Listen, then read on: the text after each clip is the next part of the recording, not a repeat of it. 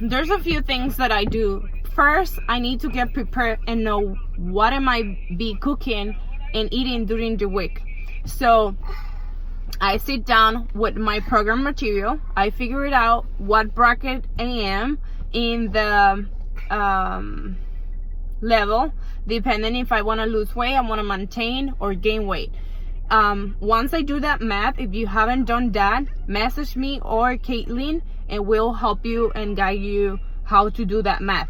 Once you have that math, you know how many containers you're gonna eat for each meal. Sorry about that. Then once you do the math, break down your meal plan, and you know how many containers you're gonna do for breakfast, how many you're gonna do for lunch and dinner and your snacks. I usually try to figure it out my meals as how hungry am I and where I'm gonna be during the week. If I have activities with my daughter, or if I have a doctor's appointment, or all those life events that are gonna change how you eat during your week. Once I have all that said, I know how many containers I'm gonna have. I'm gonna sit down and I'm gonna figure it out. What I already have in my fridge, in my pantry, and what things I need to buy. So I have another paper for my grocery list. So you're gonna have 3 papers. One for your meal plan, one for your menu, weekly menu, and one for your grocery list. So that paper for your meal menu, you're gonna try to make as many different, it doesn't have to be different. If you can eat the same thing for lunch and dinner more than one day, that's great. My husband doesn't like to eat the same thing more than 2 days, so I usually try to twist it a bit and change it a bit, even though it's the same meat and the same veggies, but maybe how it's prepared and how it's the results are different. So what I will do is check my fridge and see if I have what type of meat I have. Is the first one, the protein. So I usually have chicken breast, ground turkey, and the other meat that I usually do is chicken drumstick or wings or salmon. The fish, I do tilapia. I don't know how to say it in English. I think it's the same, but that's what I usually do. So I try to know the days that I'm able to cook are usually Sundays, and then I do a day during the week that is for leftovers. So usually what I do is if I do my meal prep on Sunday, I try to count the meals for 2 days, and then on the 3rd day I eat leftovers, and then the 4th day I cook again, and that over again happens again. Okay, so on Thursdays I meal prep again, and then Saturday, Sunday, or I eat out, or I finish the leftover, or I get prepared meal prep again. Okay, so going back to the meat. So I have chicken, and I got ground meat, and I got salmon. So the salmon doesn't taste so good, or the shrimps doesn't taste good like preheated. So I try to eat it the same day that I cook. So if I'm doing that on Sunday or Thursday, we're gonna eat usually the shrimp or the salmon or the fish. My husband is okay with eating fish recalentado, reheated. So what he does is he take it for lunch. So I usually do 4 pieces of salmon, ground meat, and the chicken breast. You can do the whole chicken breast, and then the part of it you can shred it, and you can use it as taco or maybe quesadilla, and you can do a salad. You can do so many things with shredded chicken. There's a few recipes that I can share with you.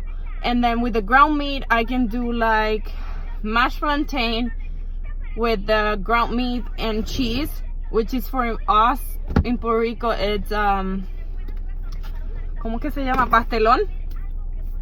And I can do as well like tacos.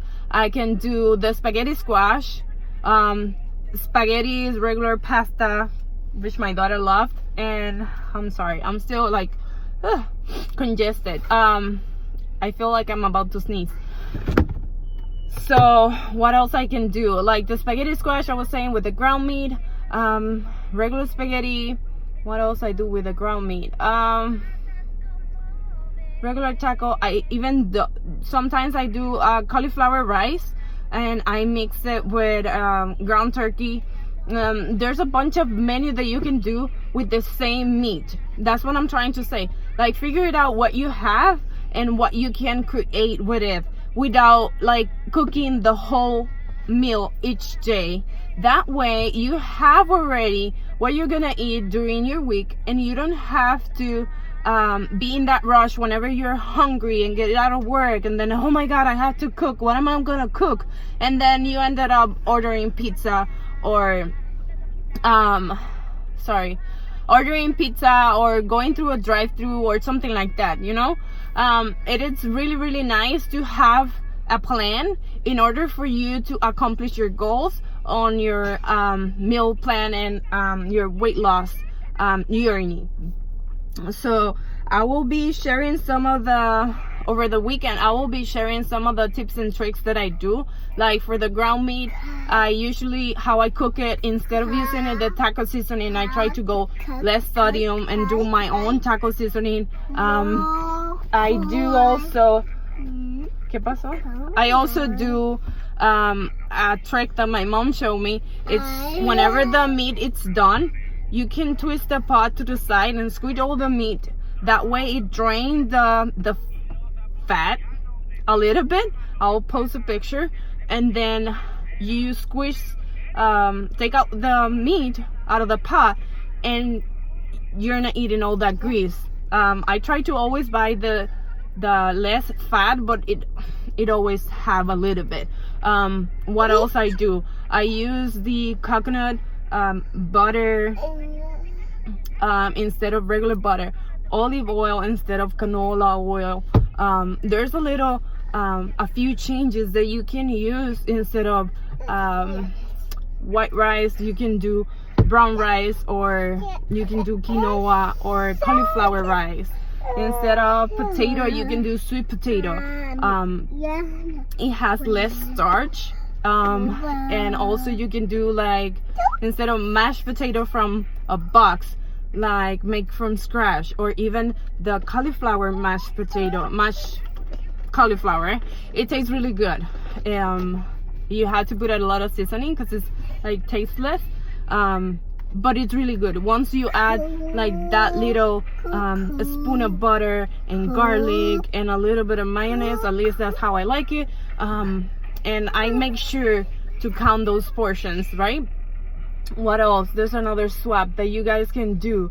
Like, instead of white bread, the whole grain bread, I use the Killer's Day bread.